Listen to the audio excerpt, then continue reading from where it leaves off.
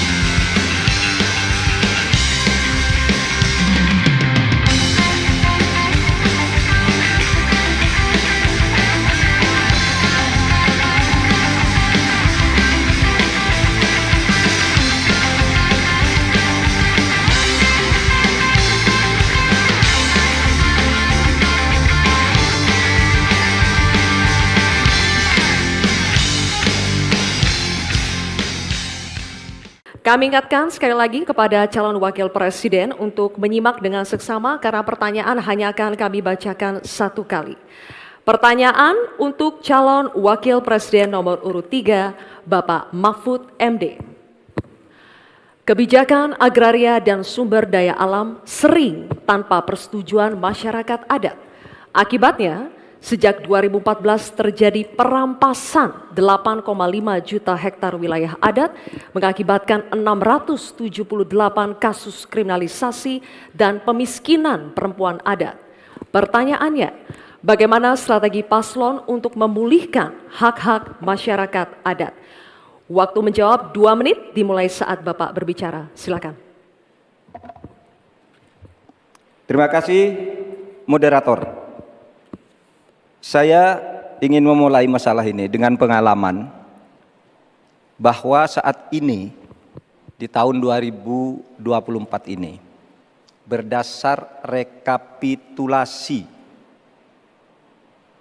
yang dibuat oleh Kemenko Polhukam dari 10.000 pengaduan itu 2.587 adalah kasus tanah adat. Jadi ini memang masalah besar di negeri ini. Ada orang yang mengatakan, aturannya kan sudah ada. Tinggal laksanakan, enggak semudah itu. Justru ini aparatnya yang tidak mau melaksanakan aturan. Akalnya banyak sekali. Itu 4 hari yang lalu ketika kami ketemu di KPK, saya ulangi. KPK mengatakan, itu banyak tuh penguasaan tanah, izin-izin tambang.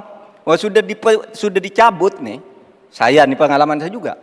Ada sudah dicabut oleh Mahkamah Agung, tidak dilaksanakan sampai 1,5 tahun. IUP tadi yang dikatakan oleh Mas Gibran. Ada perintah dari Mahkamah Agung tuh IUP yang di sana dicabut, ini vonis sudah inkrah. 1,5 tahun tidak jalan. Ketika kita ngirim orang ke sana, petugasnya tiba-tiba dipindah. Yang baru ditanya kami tidak tahu.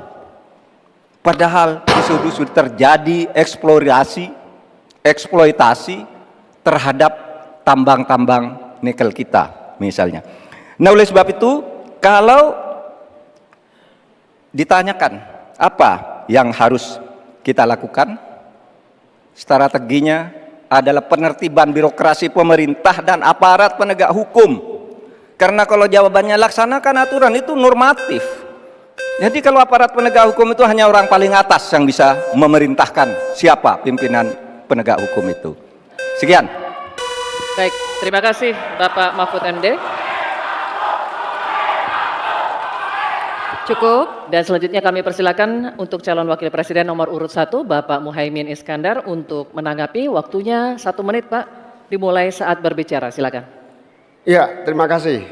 Saya tambahkan Pak Mahfud, salah satu upaya kita agar tidak terjadi konflik antara proyek pembangunan nasional, terutama PSN, dengan masyarakat adat kita harus betul-betul punya prinsip tidak ada satupun yang ditinggalkan dalam mengambil keputusan. Libatkan itu masyarakat adat. Menghormati masyarakat adat bukan memakai pakaian adat setahun sekali 17 Agustus, bukan. Menghormati masyarakat adat adalah memberikan ruang hak ulayat mereka, hak budaya mereka, hak spiritual mereka, hak dan kewenangan mereka menentukan cara membangun. Dengan cara penghormatan itu saya kira Pak Mahfud, apa yang saya sampaikan tadi bisa berjalan dengan lancar. Problem-problem bisa diatasi dengan baik. Karena itu dalam catatan saya terpaksa saya catat supaya tidak salah. Karena ini bagian dari agar kita tidak salah jalan di dalam melaksanakan pembangunan kita. Baik Pak Muhaimin, terima kasih. Dan selanjutnya Tenang ya. kami akan persilakan calon wakil presiden nomor urut 2 Bapak Gibran Raka Buming Raka untuk menanggapi. Waktunya sama 1 menit dimulai saat berbicara. Silakan. Baik, terima kasih Prof. Mahfud. Sebagai seorang ahli hukum, Prof. Mahfud pasti paham bahwa RUU Masyarakat Hukum Adat ini masih kita usahakan untuk didorong. Sekarang juga sudah ada Perpres 28 tahun 2023. Ini sudah ada 1,5 juta hektar hutan adat yang sudah diakui. Memang kuncinya ke depan adalah kita harus perbanyak dialog dengan para tokoh adat, kepala-kepala adat, tokoh masyarakat setempat. Jadi jangan sampai ketika ada pembangunan yang masif ataupun ada PSN, jangan sampai masyarakat adat ini tersingkirkan. Justru harus dirangkul dan diberikan manfaat yang sebesar-besarnya, terutama untuk masyarakat lokal, pengusaha lokal, UMKM lokal, dan termasuk masyarakat adat setempat. Terima kasih. Baik, masih ada waktunya Pak Gibran? Cukup? Oke, baik, terima kasih. Nanti ada waktunya Bapak Ibu. Kita lanjut dulu ya. Kita lanjut dulu, Bisa kita Bapak-Bapak. lanjutkan? Cukup Oke, ya. terima kasih ya. Kita lanjut Terima dulu. kasih. Kita akan kembali dulu ke Pak Mahfud MD, calon wakil presiden nomor urut 3 untuk merespon tanggapan dari calon wakil presiden nomor urut 1 dan 2 yang telah dikemukakan. Waktunya 1 menit Pak Mahfud. Ya, Silakan. Pak Muhaimin, di meja saya itu ada tumbler. Tulisannya no one left behind. Jangan ada satu pun yang tertinggal. Dan itu yang saya lakukan. Kalau Bapak tadi katakan jangan ada yang tertinggal dong. Semua dilipat. Itu yang tadi saya putuskan ketika saya membatalkan 14 pasal Undang-Undang Wilayah Pesisir, justru karena di situ masyarakat adat tidak pernah dilibatkan. Sehingga mereka coba. Sekarang ini masyarakat adat yang ada di hutan-hutan di Kalimantan Timur itu 20.000 orang tidak bisa memilih karena tidak punya KTP. Kenapa tidak punya KTP? Karena katanya dia menghuni hutan negara. Kalau hutan negara tidak boleh ada penduduk di situ, padahal dia sudah puluhan tahun di situ. Nah, tentang RUU Hukum Masyarakat Hukum Adat, sudah masuk di dalam program kami, divisi kami. Memang itu sesudah sejak 2014 tidak jalan, akan kita jalankan. Terima kasih. Baik, Pak Mahfud, terima kasih. Oke, cukup? Cukup. Selanjutnya kita beralih ke pertanyaan untuk calon wakil presiden nomor urut 1 Bapak Muhaimin Iskandar.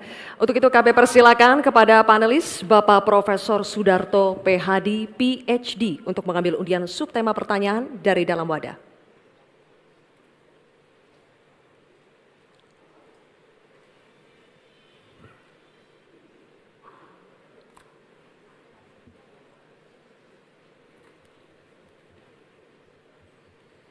Mohon tunjukkan kepada hadirin dan juga kepada kami. Subtemanya adalah desa. Baik. Selanjutnya kami persilakan panelis Ibu Profesor Dr. Sulistiowati Irianto untuk mengambil undian daftar pertanyaan dari dalam wadah. Silakan.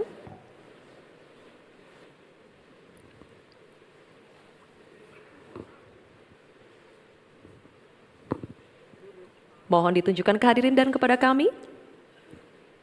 Huruf A, baik. Subtema desa, huruf A.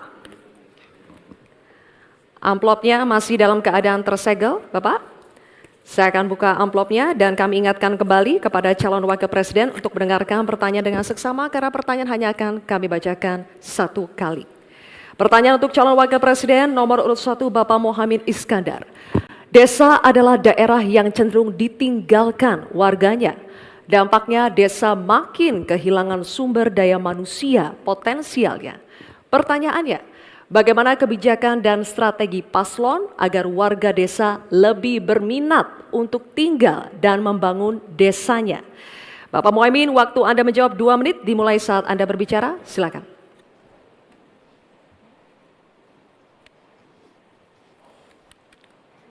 Terima kasih. Saya catat sedikit. Yang penting ini bukan catatan Mahkamah Konstitusi.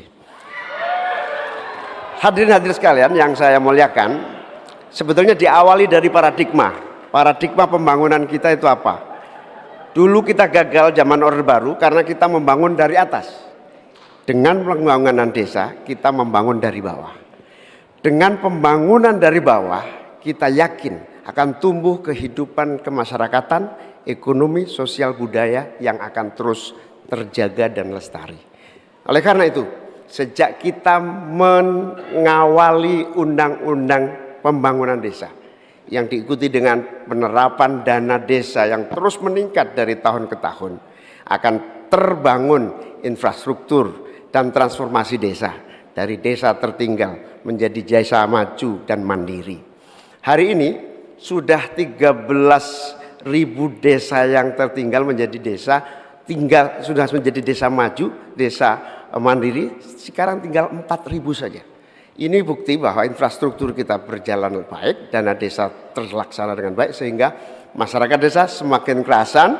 Nanti ke depan kita akan siapkan lagi, naikkan lagi anggaran 5 miliar per desa. Agar apa? Tidak hanya infrastrukturnya yang baik, tetapi juga ada kehidupan ekonomi yang tumbuh melalui BUMDes, melalui berbagai kegiatan wirausaha yang tumbuh, pertanian, peternakan, ekonomi kreatif tumbuh di desa, sehingga orang tertarik di desa. Jadi infrastruktur beres, pembangunan sarana prasarana tumbuh, kegiatan ekonomi memadai, dan desa terjaga menjadi komunitas yang membanggakan, sehingga masyarakat tidak lagi tertarik menjadi urbanisasi, tapi juga kembali ke desa, membangun desa untuk pembangunan bangsa. Baik, waktu habis. Terima kasih. Nanti ada waktunya. Bapak Ibu, Kita lanjutkan Bapak Ibu. Tenang ya. Kini kami akan persilakan calon wakil presiden nomor urut 2 Bapak Gibran Rakabuming Raka untuk menanggapi. 1 menit Bapak dimulai saat berbicara. Silakan. Nah gitu dong Gus, jangan terlalu tegang kayak waktu debat Cawapres pertama kemarin.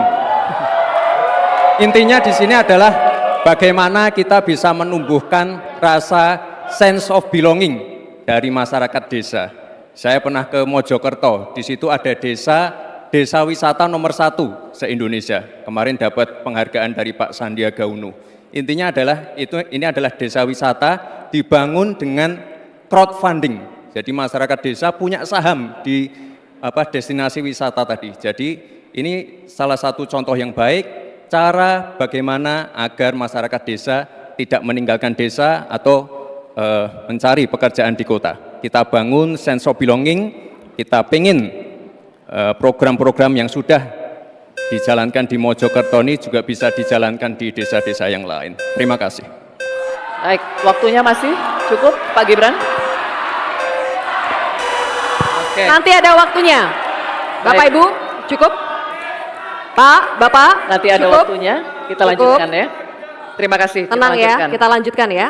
Kita akan persilakan Tenang sekarang ya. calon wakil presiden nomor urut 3 Bapak Mahfud MD untuk menanggapi. Waktunya 1 menit Pak Mahfud dimulai saat berbicara, silakan. Bapak Cawapres, Bapak Muhaimin Iskandar, calon presiden kami, Bapak Ganjar Pranowo, punya catatan menarik tentang apa yang dilakukan untuk mengatasi hal yang tadi ditanyakan.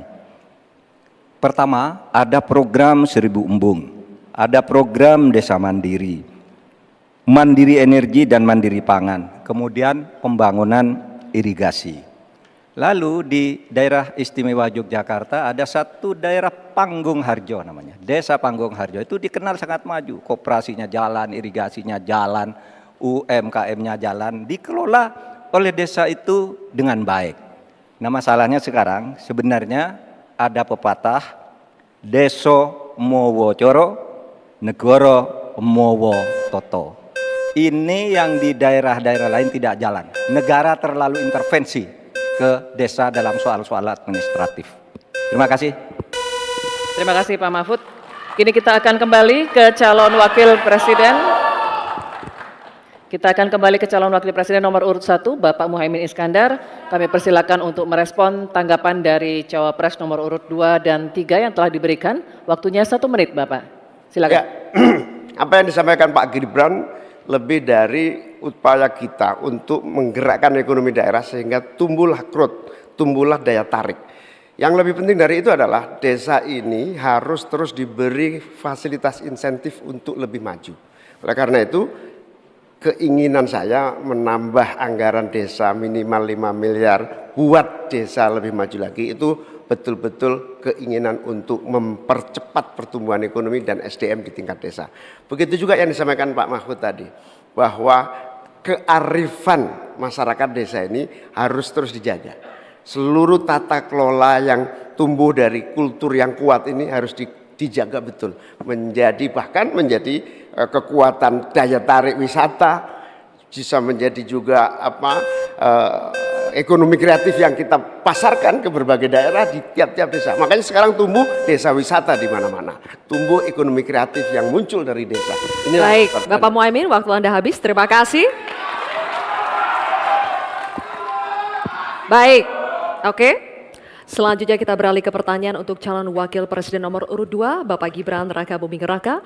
Untuk itu kami persilakan kepada panelis Bapak Insinyur Tubagus Furkon Sofhani, MA PhD, untuk mengambil undian subtema pertanyaan dari dalam wadah.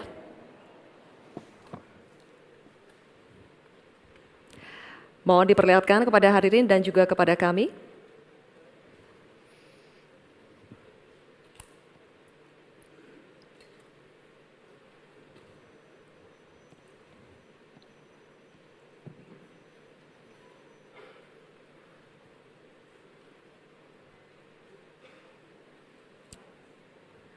Subtemanya adalah agraria. Baik, terima kasih. Selanjutnya kami persilakan panelis Bapak Dr. Ari Sujito untuk mengambil undian daftar pertanyaan dari dalam wadah, Bapak.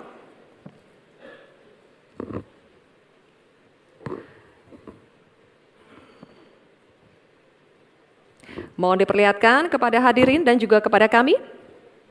Huruf A. Oke. Subtema agraria. Undian daftar pertanyaan huruf A. Masih tersegel amplop pertanyaannya. Kami ingatkan kembali bahwa pertanyaan hanya akan kami bacakan sekali. Oleh karena itu mohon disimak dengan seksama. Pertanyaan untuk calon wakil presiden nomor urut 2, Bapak Gibran Raka Buming Raka. Undang-Undang Pokok Agraria mengamanatkan reforma agraria bertujuan merombak ketimpangan penguasaan tanah, menyelesaikan konflik agraria, dan mengatasi kemiskinan. Namun, hingga saat ini reforma agraria belum berhasil diwujudkan. Pertanyaannya, bagaimana strategi paslon untuk mengembalikan tujuan reforma agraria sesuai amanat konstitusi? Waktu Bapak 2 menit dimulai ketika Anda berbicara. Silakan. Baik, terima kasih. Untuk program reforma agraria, ini akan kami kuatkan dan kami sempurnakan. Sekarang sudah ada program PTSL, sudah berhasil membagikan sekitar 110 juta sertifikat. Dulu sebelum ada program ini hanya bisa menghasilkan dan membagikan 500.000 sertifikat. Bayangkan itu butuh berapa tahun untuk menyelesaikan masalah.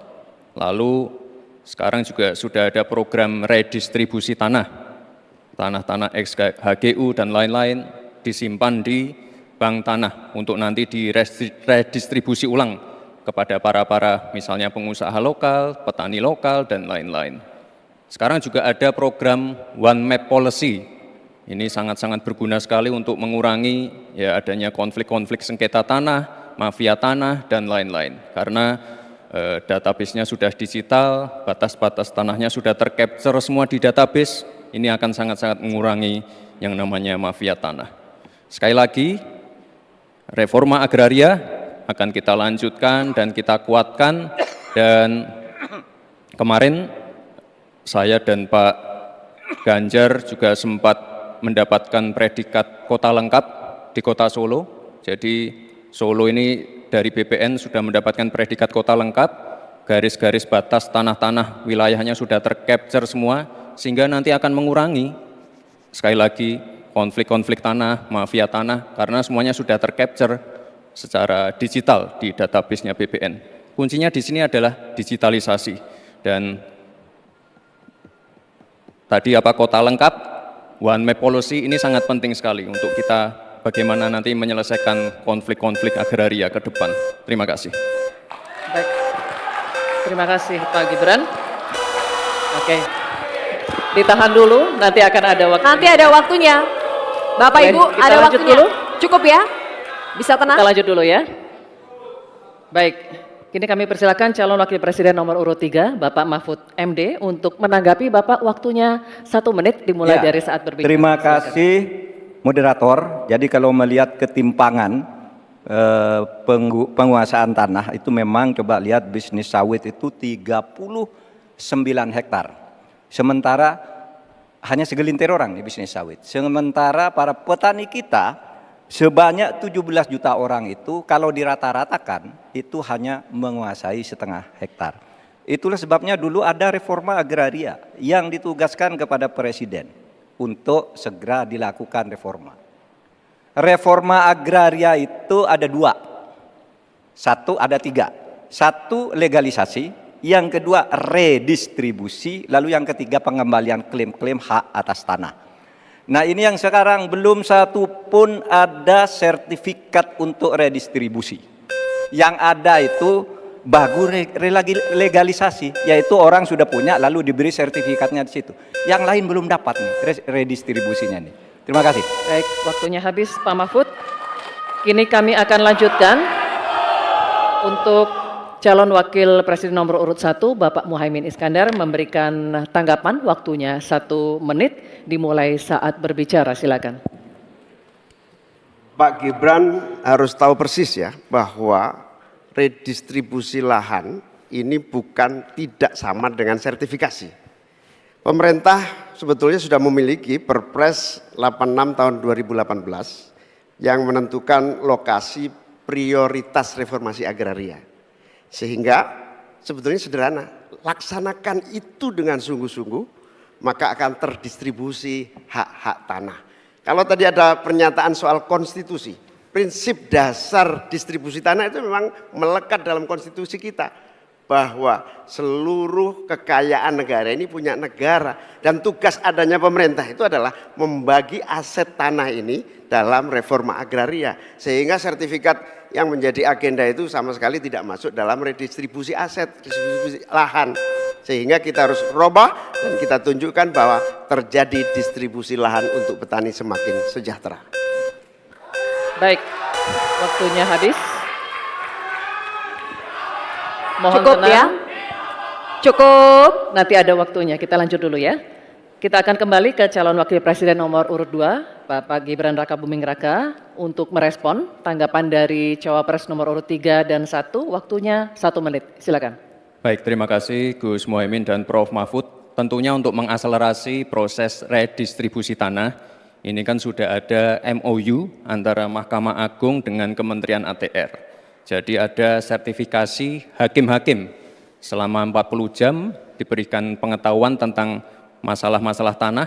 Jadi sehingga ke depan bisa mempercepat dan mengakselerasi proses redistribusi tanah, terutama tanah-tanah yang masih bermasalah ataupun tanah-tanah ex-HGU yang masih bermasalah juga. Jadi ke depan yang namanya pengadilan untuk masalah pertanahan ini akan bisa diselesaikan karena sudah ada MOU antara Mahkamah Agung dan Kementerian ATR. Dan ke depan fungsi dari bank tanah akan kita optimalkan sekali lagi. Jadi permasalahannya kita selesaikan di pengadilan, masuk ke bank tanah, lalu direstribusi ulang ke para masyarakat adat setempat atau pengusaha-pengusaha lokal. Baik, Terima kasih. waktunya habis.